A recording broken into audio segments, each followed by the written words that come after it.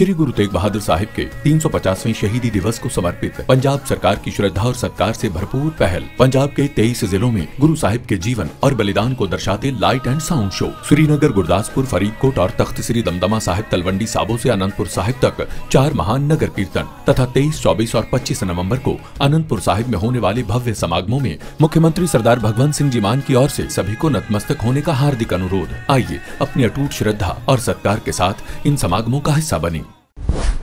राम मंदिर की धर्म ध्वजा को देख बौखलाए वारिस पठान। वारिस पठान का विवादित बयान पाकिस्तान तक घमासान। राम मंदिर के विरोधियों को अब सबक सिखाएंगे मोदी योगी।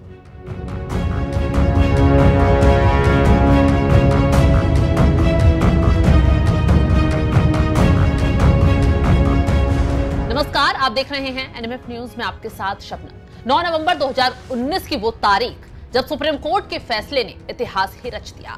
राम जन्मभूमि के विवाद को हमेशा हमेशा के लिए ही खत्म कर दिया। पूरी दुनिया ने यह फैसला सुना भी, एक्सेप्ट भी किया, क्योंकि 500 सालों से चलती आई राम भक्तों की लड़ाई में उन्हें विजय हासिल हुई। इतना ही नहीं, मुसलमानों को भी उनका हक मिला।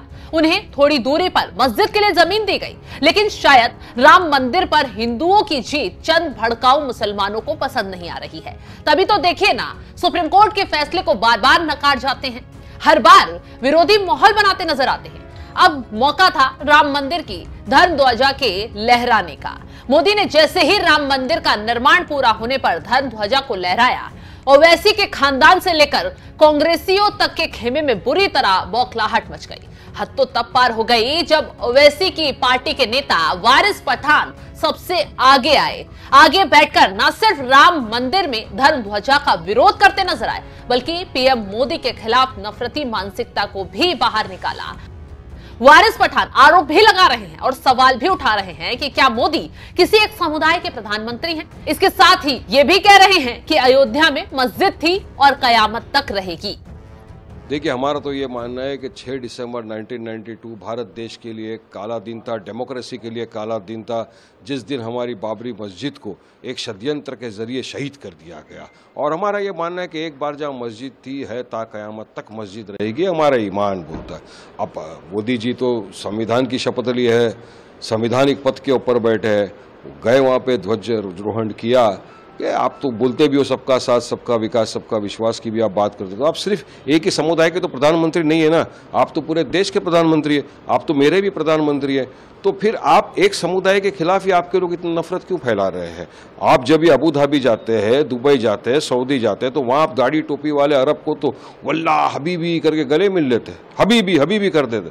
और वही भारत के मुसलमानों के खिलाफ तो आपके लोग अनाप शनाप बकवास करते हैं, रोज जहर फैला रहे, रोज नफरत फैला रहे। हम इनको हमारी मस्जिद से नफरत, मदारिसों से नफरत, हर दिन बोलते हैं मस्जिद को बुलडोजर करके उड़ा दिया जाएगा, मदारिसों को उड़ाने की बात करता है। सुप्रीम कोर्ट की गाइडलाइंस के हिसाब से भी अगर हम जब अजान देते हैं तो आपके लोग आकर बोलते हैं कि नहीं, भूंगे निकाल दो। तो क्यों नफरत फैलाई जा रही है? सबका साथ, सबका विकास अगर आप वाकई में मानते हो तो आपको सबको लेकर साथ में चलना चाहिए ना, वरना तो देश देख रहा है कि क्या हो रहा है। एक ही समुदाय विषय के खिलाफ आप, एक समुदाय विषय के लिए आप ये सब करोगे तो दूसरों का क्या होगा? सबका साथ कैसा हुआ? यही बात है, समझना चाहिए, देश देख रहा है। पठान कहते हैं कि मोदी के लोग नफरत फैलाते हैं। असली नफरत कौन फैला रहा है, ये हर कोई अब जान भी रहा है और समझ भी पा रहा है। वे लोग नफरत फैला रहे हैं जो खुलेआम सनातन धर्म पर सवाल उठाते हैं, देश के सर्वोच्च अदालत के फैसले को ही नकारने खड़े हो जाते हैं और बात उस संविधान की ऐसे करते हैं जैसे संविधान के हिसाब से मानो कितना चलते हो। इतना ही नहीं, बाबरी मस्जिद कैसे बनी, क्यों तोड़ी गई, कि तोड़ने के पीछे क्या वजह रही। राम जन्मभूमि पर सुप्रीम कोर्ट ने साफ शब्दों में जो फैसला सुनाया उसमें बारीकी से हर चीज बताई, हर कोई जानता है। लेकिन शायद इन लोगों को सुप्रीम कोर्ट की ही बात समझ नहीं आई। इतना ही नहीं, धर्म ध्वजा देखकर टूलकिट गैंग इतनी ज्यादा बेचैन परेशान हो गई है, ना सिर्फ झूठ पर झूठ फैला रही है, झूठे नैरेटिव गढ़ती जा रही है, बल्कि मुसलमानों को भड़का भी रही है कि कैसे न कैसे मुसलमान 6 दिसंबर तक सड़कों पर आ जाएं।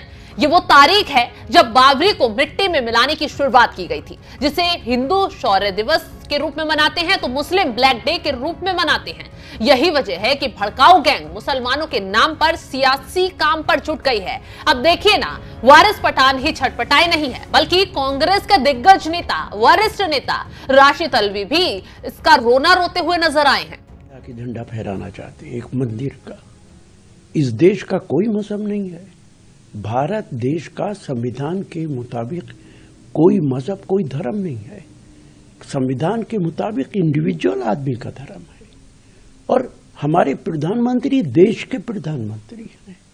क्या वो किसी मस्जिद के ऊपर झंडा फहराएंगे जाके? किसी गुरुद्वारे का, किसी चर्च का झंडा फहराएंगे? वो सिर्फ राम मंदिर का झंडा राजनीतिक फायदा उठाने के लिए फहराना चाहते और इसीलिए वो फहराएंगे ताकि आने वाले जो चुनाव है, खास तौर से यूपी का चुनाव है, उसमें उनको फायदा मिल सके। वो देश के धार्मिक जज्बात को भड़का के राजनीति करना चाहते हैं। मैं बड़े अदब से कहूंगा, प्रधानमंत्री जी, अगर सेक्युलरिज्म सीखना है तो पंडित जवाहरलाल नेहरू से सीखिए कि बहैसियत प्रधानमंत्री के उन्होंने किस तरह देश। ये वही लोग हैं जो सेंसिटिव मुद्दों पर बयानबाजी कर मुसलमानों को भड़काते हैं, बवाल करवाते हैं। मुसलमान भी जब इनकी बातों में आकर सड़कों पर उतर जाते हैं, हैरानी तो तब होती है जब वारिस पठान जैसे नेता बवाल होने पर सुरंग में घुस जाते हैं। ना मुसलमानों के साथ खड़े नजर आते हैं और ना ही पुलिस के एक्शन से उन्हें बचाने की कोशिश करते नजर आते हैं और कह रहे हैं अयोध्या में मस्जिद वही है, कयामत तक रहेगी। ऐसी बयानबाजी कर सरकार के खिलाफ मानो साजिश रचने बैठ गए हो। खैर, अब वारिस पठान, राशिद अल्वी जैसे नेताओं को गौर से देखना चाहिए। अयोध्या में मस्जिद नहीं, दिव्य और भव्य राम मंदिर है और इसी राम मंदिर पर फहराया धर्म ध्वज उन्हें बेचैन कर रहा है। अब देखिए ना, इन लोगों ने राम मंदिर पर बौखलाना शुरू किया। दुश्मन देश पाकिस्तान ने भी मामले को तुरंत लपक लिया। जो ये चाहते थे शायद वो हो भी गया। हंसी आ रही है पाकिस्तान की इस काली करतूत पर, जो खुद पाकिस्तान अपने घर के मुसलमानों पर तबाही बनकर टूट रहा है। दाने दाने के लिए मुसलमान तड़प रहे हैं। वहां अल्पसंख्यकों का क्या हाल है पूरी दुनिया जानती है, लेकिन पाकिस्तान को भारत के अल्पसंख्यक नजर आ रहे हैं। पाकिस्तान कह रहा है इससे भारत के अल्पसंख्यक और मुस्लिम सांस्कृतिक विरासत को खतरा है। यह भारत में धार्मिक अल्पसंख्यकों पर दबाव के एक बड़े पैटर्न और हिंदुत्व की सोच के असर में मुस्लिम सांस्कृतिक और धार्मिक विरासत को जानबूझकर खत्म करने की कोशिशों को दिखाता है।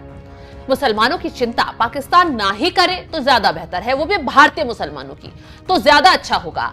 पाकिस्तान की अगर उसे हरकत बताएं तो पाकिस्तान में आए दिन मुस्लिम देश होकर मुस्लिमों पर ही वहां बम गिरा दिए जाते हैं। सैनिक अपने मुसलमानों को ही निशाना बनाते हैं।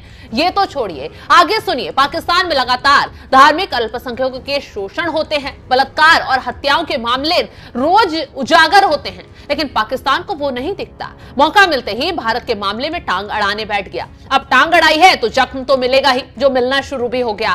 पाकिस्तान को हर कोई अब आंकड़ों के साथ न सिर्फ आईना दिखा रहा है, बल्कि ये भी बता रहा है जिसके घर शीशे के होते हैं दूसरों के घरों पर वो पत्थर नहीं उछाला करते, नहीं तो भारतीय सेना की कार्रवाई से तबाह हो जाएगा। चलिए, अब जाते जाते सीएम योगी आदित्यनाथ का एक बयान बहुत ज्यादा पड़ोसी और दुश्मन देशों के खिलाफ वायरल हो रहा है, वो भी आपको सुनवा।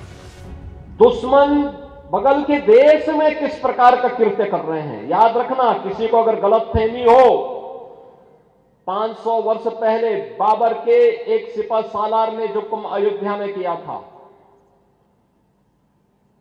जो काम संभल में किया था, और जो काम आज बांग्लादेश के अंदर हो रहा है, तीनों की प्रकृति, तीनों का डीएनए एक जैसा है। गलतफहमी में मत रहना। अगर कोई ये मानता है कि वो बांग्लादेश में हो रहा है, तो यहां भी बांटने वाले तत्व उनके लिए बेट बन करके खड़े हो रखे हैं, पहले से खड़े हैं। वे समाज के सामाजिक ताने बाने को छिन्न भिन्न कर रहे हैं।